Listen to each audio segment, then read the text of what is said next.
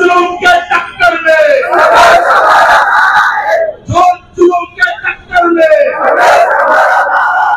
बाबा साहब के देश में दादागिरी नहीं चलेगी।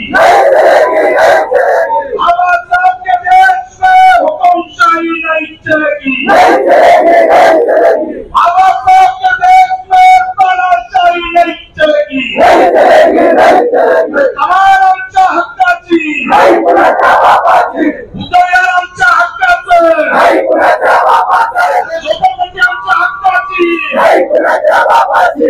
बाजूला घेऊन तुम्ही जे समस्या आहे आता क्रांती चौक पासून जे पाडण्यात येणार होतं अतिक्रमण ते थांबलेलं आहे। कुठतरी चिकलठाणा आणि संजय नगर मध्ये कारवाई झाली, गरीब घरावर बुलडोजर चालू आहे, काय सांगा? किती सहन करायचं, किती सहन करायचं, किती?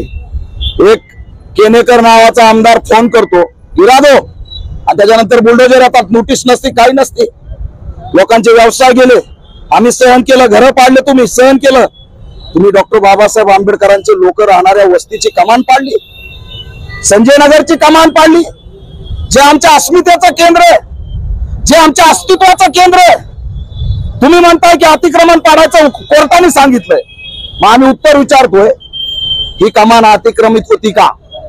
ही कमान उभा केली भाजपने, ही कमान उभा केली विजयाताई राटकरच्या काळात महानगरपालिकेने, महानगरपालिकेने उभा केलेली कमान अतिक्रमण कसं असू शकतं? तुम्ही अतिक्रमण काढायची ऑर्डर घेऊन आलात, महानगरपालिका अतिक्रमण होती का हे पहिले घोषित करा, त्या कमान अतिक्रमण होती का हे घोषित करा। त्यांनी तसं न करता ती पाडून टाकली आणि त्याच्यामुळे समग्र महाराष्ट्रात उद्रेकाची आणि संतापाची लाट पसरली। 15 दिवसात चिकलठाणा पुतळ्याला अल्टिमेटम दिलाय। मी आयुक्तांना विचारतोय, दंगली घालवायच्या, सामाजिक सलोखा बिघडवायचा आहे, इथं एक पुतळा रस्त्याच्या मध्ये, आम्ही कोणत्या महापुरुषाच्या विरोधात नाही, तुमच्यात हिंमत आहे तो पुतळा काढायची?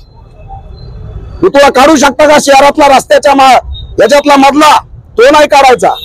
यांची कारवाई संपत चालली। मुकुंदवाडी ते चिकलठाणा मस्जिद होती, 100 फूट तुम्हाला लागत होतं, तुम्ही 250-200 फूट जाऊन मस्जिदीचा भाग पत्र्याचा का पाडला याचं उत्तर त्यांनी दिलं पाहिजे। कमान का पाडली याचं उत्तर त्यांनी दिलं पाहिजे। आणि मुकुंदवाडी पासून ते बाबापर्यंत एकच नियम का लावला नाही? आम्हाला आता कळतंय की शेवणील पासून 45 मीटर म्हणजे 45 मीटर आणि त्याच्या पलीकडे 65 मीटर, हे कसं काय होईल? हे खूप गंभीर आहे, जातीवादी हल्ला आमच्यावरती झालेला आहे आणि हा जातीवादी हल्ला कमिशनरने केलाय, आयुक्तांनी आणि त्यांच्या असणाऱ्या अतिक्रमण विभागाच्या अधिकाऱ्यांनी, ज्यांनी ही कमान पाडली। लक्षात घ्या, या कमानीसाठी जी कमान बाबासाहेबांच्या विद्यापीठासाठी उभा आहे, 17 वर्ष संघर्ष केला आणि त्याचीच प्रतिकृती तिथे उभा होती, म्हणजे आम्ही तुमच्या प्रतिकृतीला पाडू शकतो ही ठिणगी त्यांनी टाकून दिली। आज कमान पाडली, उद्या पुतळा पाडतील।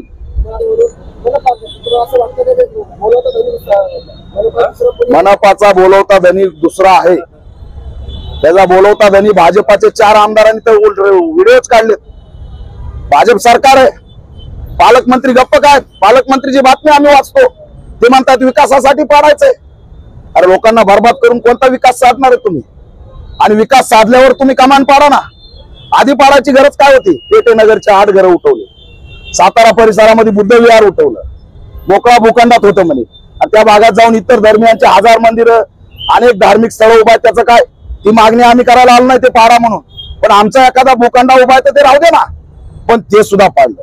पण दंगली होत नाहीत म्हणून एकच्या नंतर एक अटॅक सुरू झालेत, त्यामुळे आम्हाला कुठेतरी वाटतं की यांचा बोलवता धनी या ठिकाणी राज्य सरकार बसलेला ठिकाणी जमलो हा उद्योग दाखवायला की व्यावसायिकांना 50 लाख रुपये सीएमईजीपीच्या अंतर्गत मिळाले पाहिजेत। तिथे सिबिलचे 8 लावू नका, ज्यांचं घर पाडलंय त्याला 50 लाख रुपये उद्योगासाठी द्या। जे घर तुम्ही पाडायला लागला त्यांना आधी मोबदला काय देणार आहे ते सांगा। तुम्ही समृद्धी महामार्गाचे पैसे आधी देता, झोपडपट्ट्यांचे घर घ्यायला तुम्हाला ते रूल्स लागत नाही, केंद्र सरकारच्या रूल्स प्रमाणे त्यांना पैसे मिळाले पाहिजेत आणि तरच असणार त्या ठिकाणी आम्ही थांबणार आहोत, अन्यथा यांच्या विरोधात असेच आंदोलन करत राहणार। सगळीकडे असणार आहे, अतिक्रमण असेल तर खुशाल काढा, पण जे अधिकृत आहेत त्यांचे डॉक्युमेंट तर बघा। यांनी मिसगाईड केलं कोर्टाला. कोर्ट म्हणतो चिकन मटन. अरे तिथं घर होतं चिकन मटन म्हणता. एकाच चिकनाच्या दुकानावर तुम्ही सगळ्या वस्तीला एकच नियम लावता. सगळ्यांसाठी लढायला आम्ही तो उभा आहे. कमान पाडली हे समाजकंटकीय कृत्य. त्या अधिकाऱ्यावरती निलंबनाची कारवाई झाली पाहिजे आणि तात्काळ महानगरपालिकाच्या आयुक्तांना इथून हलवलं पाहिजे, कारण त्यांची भूमिका ही दंगलीची भूमिका दिसते आणि त्याच्यामुळे आम्ही त्यांना असणार आज निषेध करायला या ठिकाणी मोठ्या प्रमाणात जमा झालो. लवकरात लवकर मी आवाहन करतोय की मुकुंदवाडी पासून पुढची कारवाई का सुरू नाही केली? लेमन ट्री पाशी कारवाई का नाही आली? रामापाशी कारवाई का नाही आली? क्रांती चौक आकाशवाणी बाबाकडे कारवाई का नाही आली? कॅम्ब्रिज पासून तुम्ही बुलडोजर लावल्यावर बाबापाशी थांबायचं ना. पण त्यांनी असणार मुकुंदवाडी पासून टर्न घेऊन ते आता पडेगावला पोहोचालेत. म्हणजे यांच्या टार्गेट वरती झोपडपट्ट्या आहेत, दलित वस्त्या आहेत, बहुजन वस्त्या आहेत आणि मुस्लिमांच्या वस्त्या आहेत. याच्या पलीकडे काही नाहीये. Subscribe now and press the bell icon. Never miss an update.